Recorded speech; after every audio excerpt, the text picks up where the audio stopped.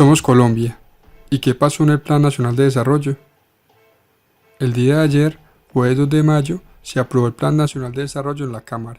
A último momento revivieron la reforma pensional, a pesar de que varios de sus artículos habían sido votados negativamente el día miércoles 1 de mayo.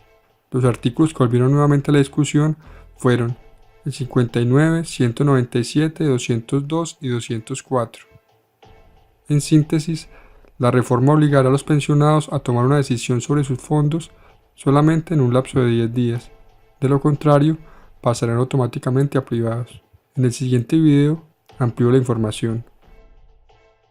El representante de la Cámara, David Racero, cuestionó al actual ministro de Hacienda, Alberto Carrasquilla, sobre sus intereses en los fondos privados, ya que en su declaración de renta él tiene inversión en estas. Carrasquilla nunca dio respuesta sobre esto.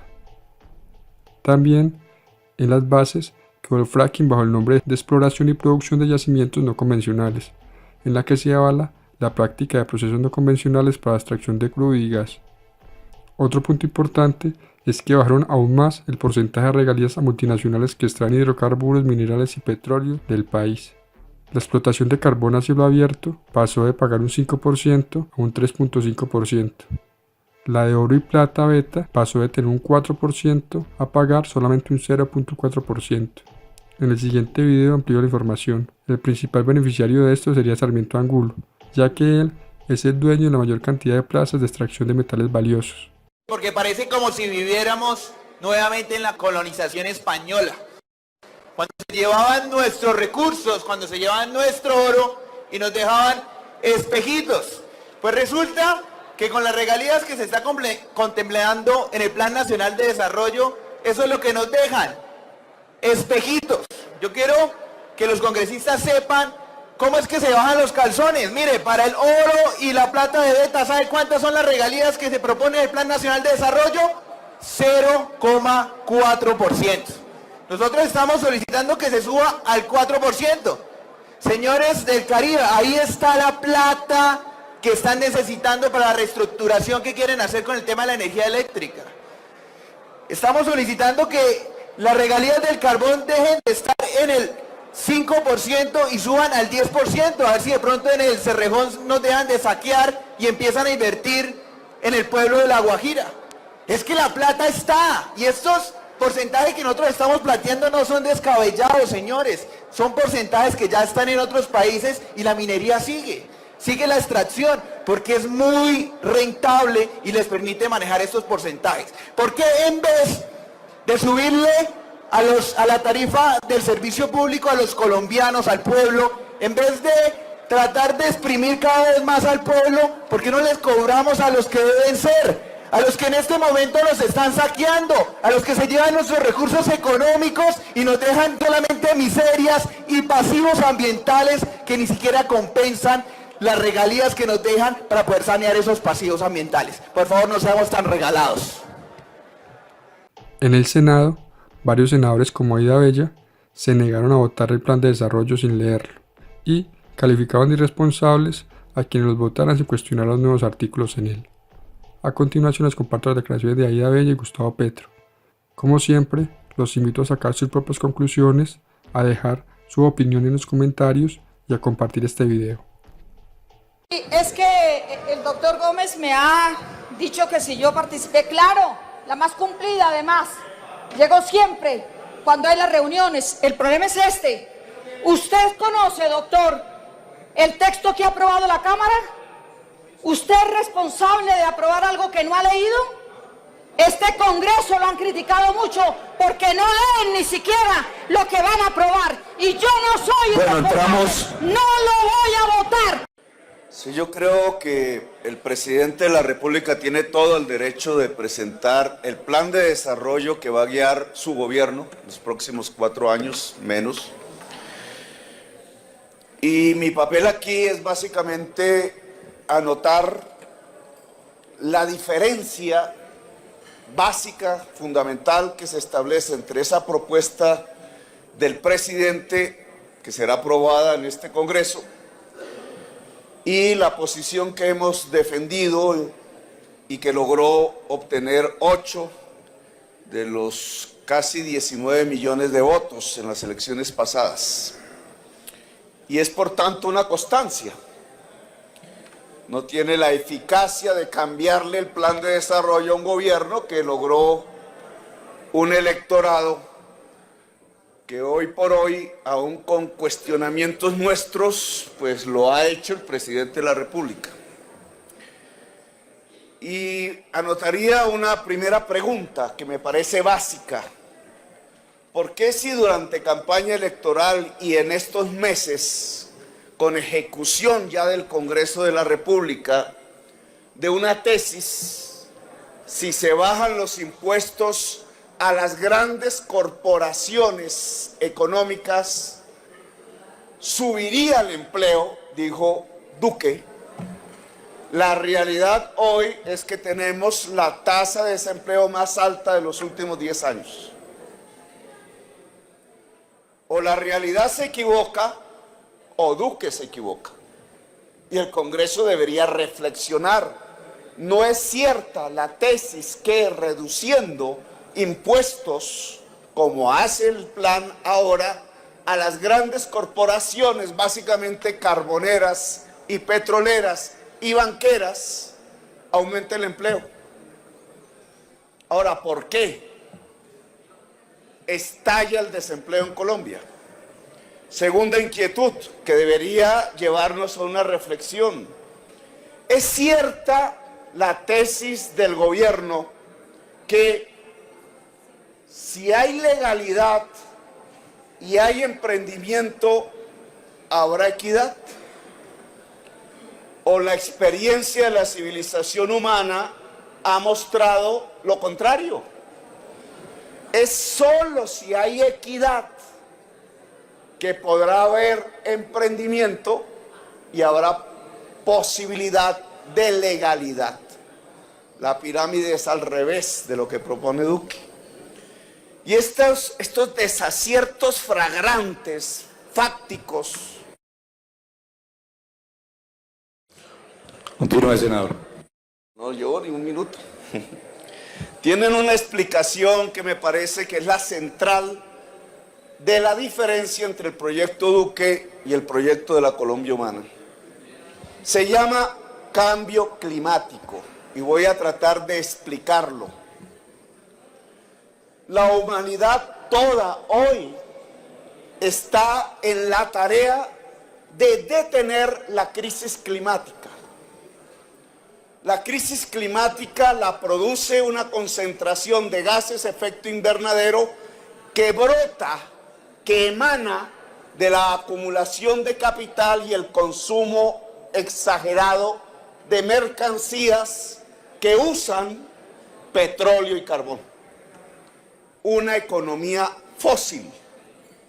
Solo tenemos 12 años de acción para poder detener y no generar un mecanismo exponencial e irreversible de calentamiento del planeta que produciría una crisis climática, que produciría, óiganlo bien, la muerte de la vida integral en el planeta, incluida la especie humana, un omnicidio. Por eso el Papa, la humanidad, los presidentes, la ONU, etcétera, luchan por tomar acciones inmediatas para mitigar y para adaptar la humanidad a la crisis climática. ¿Qué propone el plan de desarrollo? Lo contrario a lo que busca la humanidad. Y ahí la gran diferencia y la respuesta de por qué los datos son contrarios a lo que el discurso de Duque dice. Veámoslo un poco con detenimiento y me explico. El plan de desarrollo de Duque está centrado, como desde hace 20 años la política económica colombiana, Santos, Uribe y Pastrana incluidos, a construir una economía petrolera y carbonera. Es decir, a hacer gravitar la economía colombiana y la sociedad colombiana y el Estado alrededor de dos materias que son las que en su utilización mercantil producen el cambio climático: el carbón y el petróleo.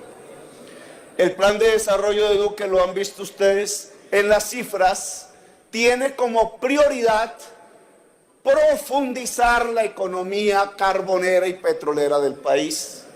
Por eso reducen las regalías, por eso utilizan y aprueban el fracking, por eso la mayor parte de las inversiones de los 1.096 billones de pesos tienen que ver con la minería extractivista, es decir, con sacar petróleo, carbón y oro del subsuelo. Eso no solamente produce la crisis del empleo, es decir, el plan de desarrollo está construyendo la mina que hace explotar el desempleo en Colombia. ¿Por qué? Porque al exportar carbón y petróleo como el eje fundamental de las exportaciones y de la economía nacional, entran dólares que vuelven no competitiva al hacer crecer sus costos a través de la tasa de cambio, si se mira como exportaciones, o en la competencia de las importaciones con la producción nacional, vuelven no competitiva la producción agraria en todas sus ramas, la producción industrial en todas sus ramas, y va especializando el país entre los TLCs y la economía carbonera y petrolera en extraer carbón y petróleo. ¿Qué pasa con el empleo allí? Que el carbón y el petróleo no producen, no se extrae a partir de enormes cantidades de puestos de trabajo.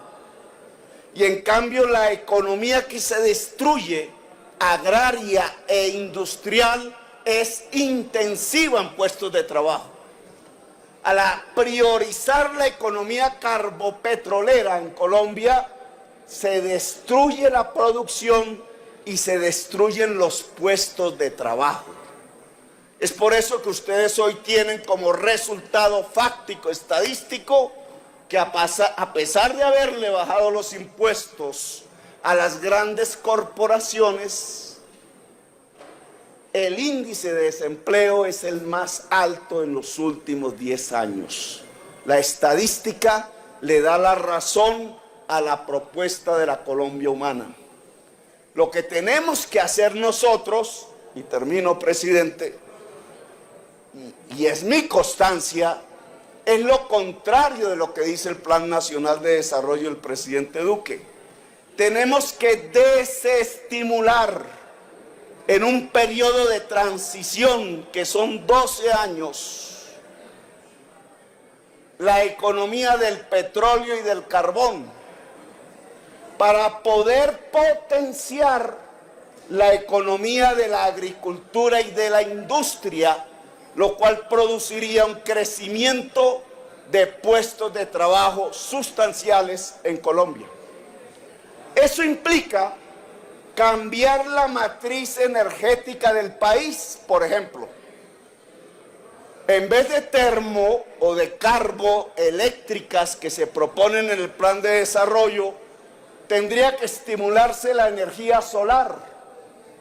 Por ejemplo, presidente, no tiene ningún sentido el plan de salvamento de Electricaribe cuando la costa caribe colombiana es la región que más sol recibe en Colombia, y cuando una política como la que se hace en Miami de estímulo a la transformación de techos en paneles solares, generadores de energía eléctrica, podría...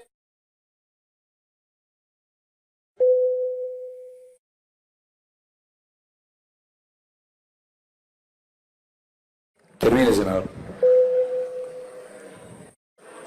Podría generar el cambio de techos por paneles solares en toda la costa atlántica, una reducción de la tarifa eléctrica por cada hogar de la costa caribe a 0 pesos. En vez de salvar a Electricaribe, deberíamos extender la energía distribuida a través de la generación eléctrica en paneles solares en los techos de la costa atlántica, haciendo que cada hogar caribeño generara energía eléctrica.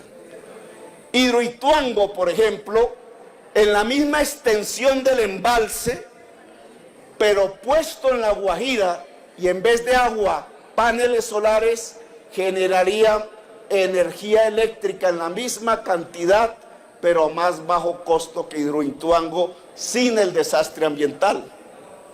La energía solar en los hogares produciría un cambio en la matriz de movilidad. En vez del vehículo a gasolina, la moto a gasolina o el bus diésel, que ha sido la forma de movilidad en Colombia, el cambio climático nos llevaría, gracias a la energía solar, a la moto eléctrica, el carro eléctrico, la bicicleta, el tranvía, el tren, el metro. Es un plan de desarrollo diferente. Si queremos adaptar a la sociedad colombiana al cambio climático, tendríamos que priorizar no la extracción de petróleo y carbón, sino la producción de alimentos en las tierras de Colombia, lo cual significa democratizar la tierra, democratizar el agua y democratizar para la agricultura y la industria el saber, el conocimiento. Si esto lo ponemos en números, el plan de desarrollo debería priorizar la universidad pública para toda la juventud, la sociedad del conocimiento, el cambio de la matriz energética hacia la energía solar, el cambio de la movilidad hacia la movilidad eléctrica y férrea, y sobre esas bases podríamos sentar la construcción de la tercera revolución industrial en Colombia.